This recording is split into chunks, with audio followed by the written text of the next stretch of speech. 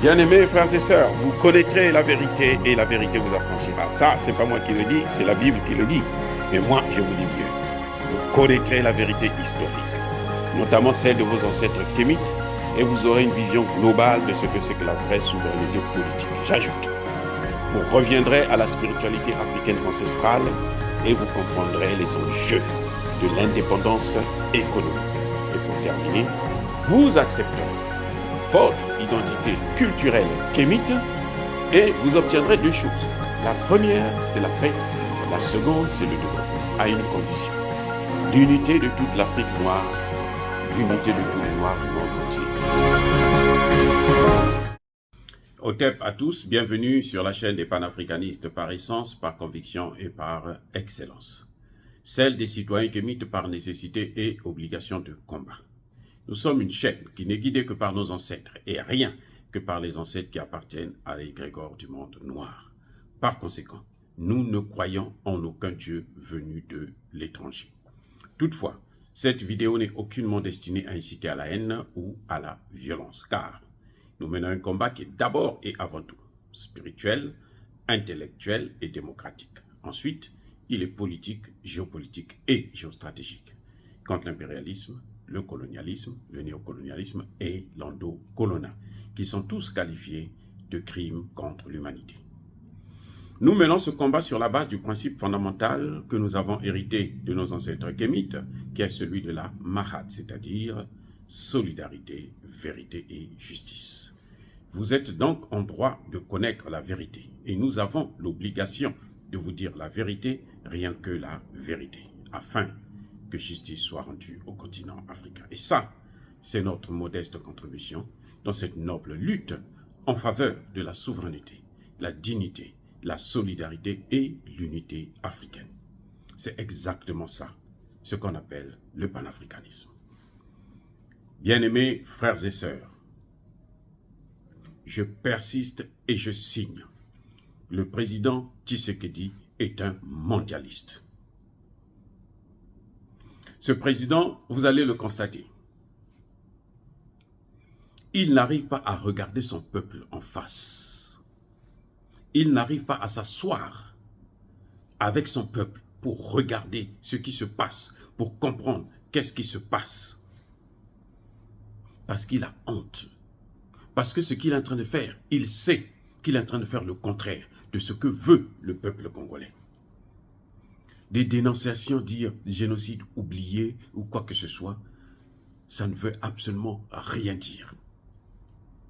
Le génocide oublié, il est oublié par qui? Mais il est oublié par lui. C'est le premier à oublier ce génocide. C'est lui qui est incapable de prendre les décisions qui s'imposent. La situation dans l'est du Congo démocratique n'est pas une fatalité. Les pires des dictatures, celles de Mobutu, n'ont pas cédé les terres à des étrangers. Mobutu, qui était l'homme des Occidentaux, par excellence, même si lui, aujourd'hui, il est l'homme des Occidentaux, il n'avait pas le même poids que Mobutu avait. Mobutu, celui-là qui a pu livrer le grand leader panafricaniste Patrice Lumumba, était mieux coté par les Occidentaux. Mais il n'a pas cédé. Et lui, il arrive, il vient balkaniser le pays. Pendant que le Rwanda est en train d'occuper les territoires, non, monsieur, là, il se balade. En une semaine, 5 jours, il est allé au Congo-Brazzaville, il est allé en Afrique du Sud, il est allé en Angola, il est allé au Burundi, il est allé aux îles des Comores et il rentre. Mais attendez, dites-moi, qu'est-ce qu'il fait à l'étranger? Parce que monsieur n'a pas le courage de regarder le peuple congolais en face, puisque c'est lui le problème. Le problème du Congo démocratique, c'est Étienne Félix Tshisekedi. Eh oui. Regardez comment monsieur s'en va. Il va prendre le Kenya, l'Ouganda, le Burundi, qui sont tous des pays qui ont besoin d'une partie du Congo démocratique. Vous savez pourquoi on a tué Nkurunziza? Nkurunziza n'est pas mort du Covid.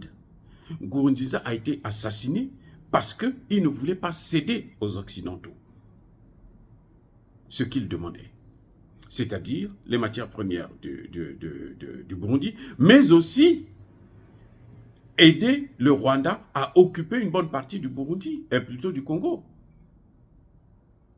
Le Kenya, écoutez, le Kenya a le sang de la trahison. Le Kenya, là, Barack Obama, là, il vient du Kenya. Le père de Barack Obama est kenyan. Donc, eux, ils ont le sang, là, qu'il faut toujours trahir. Il faut vendre. Même le Kenya lui-même, on le trahit. C'est bien au Kenya qu'on a utilisé des faux vaccins pour stériliser des générations de femmes. Au Kenya, là. Donc, ne vous attendez pas à des résultats. Mais si Tshisekedi ne sait pas ça, alors on lui demande de repartir à l'école. Ou de lire. Il a des conseillers, il est entouré des conseillers. Ces conseillers-là peuvent au moins lire pour lui. C'est ça un chef d'État. C'est être capable de s'entourer des bons conseillers. Un bon leader se reconnaît par le choix de ses collaborateurs. Quant à l'Ouganda, mais l'Ouganda aussi a ses rebelles. Il est allé à la réunion au Burundi, on lui a dit ouvertement, non, arrêtez les combats, il faut négocier avec Kagame. Il est sorti de là encore la tête entre les cuisses, alors qu'il sait très bien ce qu'il attendait là-bas. Qu'est-ce qu'il attendait là-bas? Il n'y a rien qu'il attendait là-bas. Il est allé prendre le pape, dépenser entre 70 et 90 millions de dollars américains pour recevoir quelqu'un qui ne vous apporte pas une bénédiction, qui vient prendre sa part chaque année. Écoutez bien, chaque année, les Congolais, là, les catholiques et autres, là, donnent à ce pape-là environ 3 milliards 500 millions de dollars chaque année qu'on donne au pape gratuit. Et là, il est venu les renforcer parce que l'expérience a montré que quand le pape vient dans un pays, lorsqu'il repart, là, les catholiques donnent encore plus d'argent. Il est revenu réveiller, il est venu pour réveiller encore ce mouvement. Mais il est aussi venu pour soutenir la balkanisation du Congo, puisque c'est ça son travail. Le travail du pape, là, c'est ça. Tshisekedi en fait son bilan, parce qu'il a fait venir le pape, dépenser l'argent du contribuable congolais, alors que ce n'est pas tous les Congolais qui sont des catholiques. Je suis désolé, mais attendez, l'argent qu'on prend pour dépenser, pour recevoir le pape, là, c'est l'argent de tous les Congolais. Parmi ces Congolais, vous avez des catholiques, vous avez des chrétiens, plutôt des musulmans, vous avez les gens des églises évangéliques, là et tout, des protestants, vous avez des kimbanguistes, vous avez des traditionnels, vous avez des gens qui ne croient en rien du tout. Il n'y a pas que les catholiques. Alors, maintenant, dites-moi, pour quelle raison il va prendre l'argent de tout le monde pour recevoir le pape? Et ça ne se justifie pas, les gars. Ça n'a aucun sens. L'argent du contribuable, s'il avait reçu avec son salaire à lui, son argent à lui, ça pouvait se comprendre, mais il n'a pas l'argent pour payer, pour recevoir un pape. Sans compter les cadeaux. Parce que quand je vous dis entre 70 et 80 millions, c'est juste pour arranger le stade, casser les maisons des gens par là où il va passer et tout, faire le nettoyage, ainsi de suite, là où il va dormir, tout ça. C'est juste pour ça. Mais il vient, on lui donne aussi une enveloppe, on lui donne l'or, le diamant. Vous avez vu comment il a parlé du diamant? Mais c'est incroyable que les Congolais continuent à croire à une prêche, une homélie, qu'ils ont entendue depuis plus de 1000 ans. C'est la même chose qu'ils répètent. Tous les jours, là, c'est la même chose qu'ils répètent. Et le Congo, ça fait 30 ans qu'il est dans la guerre, dans l'instabilité la plus totale. Et on amène le pape pour venir. Vous avez vu où est-ce que le pape est parti après? Il est parti au Sud-Soudan, là où ils ont eux divisé. C'est le pape qui a détruit l'ex-URSS. C'est pour ça qu'en ce moment-là, au moment où nous parlons là, Poutine a dit, il ne met pas pied là-bas. Il ne veut pas le voir. Eh oui. L'esclavage a été cautionné. Le cerveau penseur, l'intellectuel qui a décidé de nous prendre en esclavage, c'est un pape. Toute la misère de l'Afrique, toute la misère de l'homme noir, là, ça vient du pape. C'est lui qui a signé. Il faut aller les prendre en esclavage. 300 millions de personnes ont été déportées ou mortes, tuées. 300. Vous vous rendez compte? Et ça, c'est seulement pour l'esclavage. 300 millions. La colonisation, le néocolonialisme, cette recolonisation, tout ça, c'est les conséquences de l'esclavage. Tout a commencé avec l'esclavage. C'est ça qui a entraîné la colonisation. Parce que la colonisation, c'est le fils de l'esclavage. Le néocolonialisme, c'est le petit-fils de l'esclavage. La recolonisation, c'est l'arrière-petit-fils de l'esclavage. Tout a commencé par l'esclavage et l'esclavage a été organisé par un pape. Il faut que les Africains puissent... C'est pas qu'on est contre la religion catholique. Non, débrouillez-vous. Vous aimez ça, ça vous regarde. Mais la réalité est que toutes nos souffrances viennent de là. S'il n'y avait pas eu ça, on ne serait pas à ce niveau-là. C'est un pape qui a pensé que nous sommes des sous-hommes et que nous, on peut nous prendre en esclavage. Donc, le président Tshisekedi est en train de distraire les gens. On a vu, Poutine est allé là, dans son propre pays. Il a pris Wagner pour aller se battre en Ukraine. Poutine a acheté des drones en Iran. Ces drones-là, c'est ce qui ça a fait des dégâts. Et combien coûte un seul drone? 30 000 $.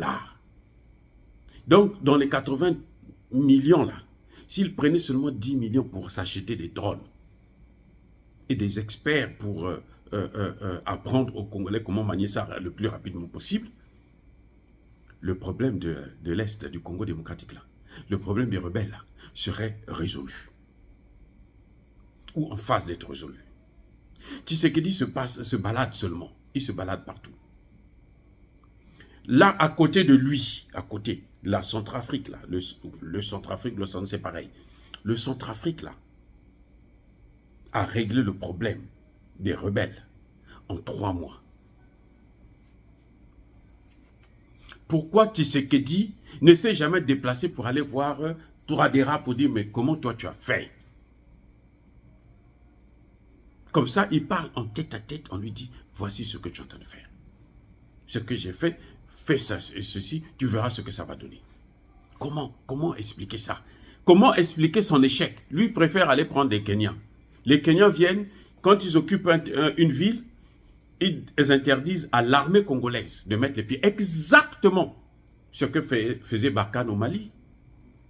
Alors, quelle est la différence? Ça veut dire que qui est derrière ces pays-là? Mais ce sont les Occidentaux. Mais il faut être logique quand même.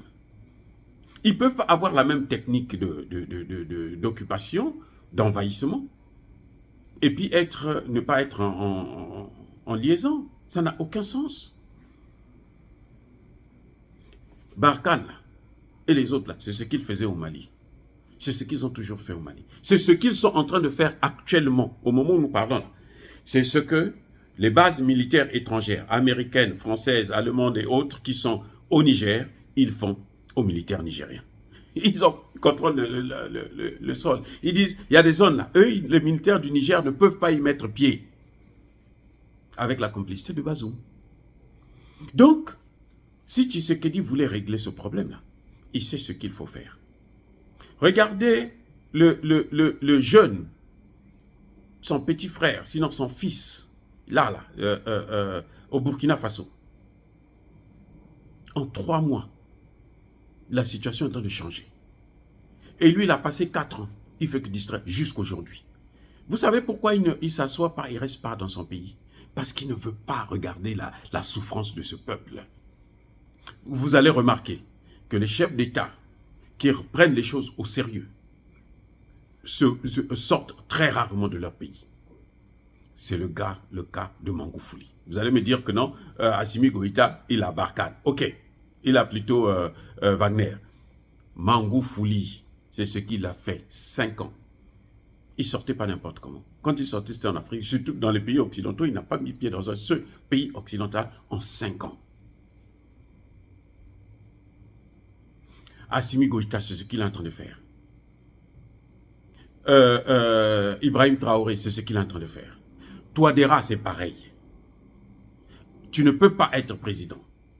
Ton pays a des problèmes. Il est attaqué et tu passes ton temps à rester dehors. C'est parce que tu es en train de les laisser rentrer dans ton pays. Parce que tu n'as pas le courage de regarder en face la souffrance de ce peuple que toi-même, consciemment, tu es en train de leur infliger. Tu sais qui dit, c'est un faux rien. Je suis désolé, mais il ne vaut absolument rien. On juge un chef d'État par le résultat. On ne va pas le juger par ses paroles, par ses discours inutiles qu'il va présenter, pleurnicher devant Biden, alors que c'est Biden qui est en train de prendre son diamant. Le résultat est là, Biden a pris tout le coltan, 70% du coltan de l'humanité. Ça appartient maintenant aux Américains, alors ça est sur le sol congolais. Il n'a même pas pu négocier pour dire, bon écoutez, moi je vous donne ça, mais remettez, enlevez-moi d'abord les Angolais là. Non, même pas. C'est gratuit, prenez. Parce que c'est un homme de course, c'est un paillasson, c'est une serpillière. Je suis désolé les gars, mais il n'y a pas d'autre mot. Quand un pays, ça fait déjà plus de 10 millions de morts, les populations congolaises manifestent à Goma tous les jours pour demander à ce qu'ils chassent la mission des Nations Unies, qu'il expulse tous ces soldats qu'il a amenés étrangers de l'Afrique de l'Est là. Il insiste, il les garde là. La population dit non, mais ceux-là sont là pour nous tuer. Il continue à les garder là. Il est complice de tout ce monde-là. Il est complice de la situation qu'il y a aujourd'hui au Congo. Tous les mots qu'il sort là, ce sont des mots pour endormir les plus idiots parmi nous. Dire cela, c'est inciter à la haine ou à la violence. Non. Vous devrez connaître la vérité. Et je vous dis, je persiste et je signe. Tshisekedi, c'est un mondialiste. Et il ne vaut absolument rien. Il ne fera rien et ne soyez pas surpris d'apprendre plutôt du jour au lendemain que Goma aussi est tombé. Et dès que Goma tombe, ils vont en faire leur base pour occuper déjà toute la région du Kivu. Et puis s'attaquer maintenant au reste du pays, y compris Kinshasa. Je vous dis les Congolais, vous qui croyez que nous sommes en train de s'amuser, y compris Kinshasa. Et Kinshasa est déjà bouclé parce que vous avez au Centrafrique, il y a des Rwandais. Vous avez au Congo-Brazzaville, il y a des Rwandais qui sont là, qui sont armés, hyper armés, prêts à attaquer Kinshasa. Oh, bien-aimés frères et sœurs, je persiste et je signe. Soyez bénis, abondamment bénis par le Dieu de Kémit, et que tous ceux qui persécutent le continent africain, tous ceux qui le déstabilisent et le pillent, qu'ils soient noirs ou qu'ils soient blancs, qu'ils soient punis, maudits, foudroyés, neutralisés par le Dieu des Kémites et par nos ancêtres angélisés. Vive l'Afrique éternelle. J'ai dit et j'assume.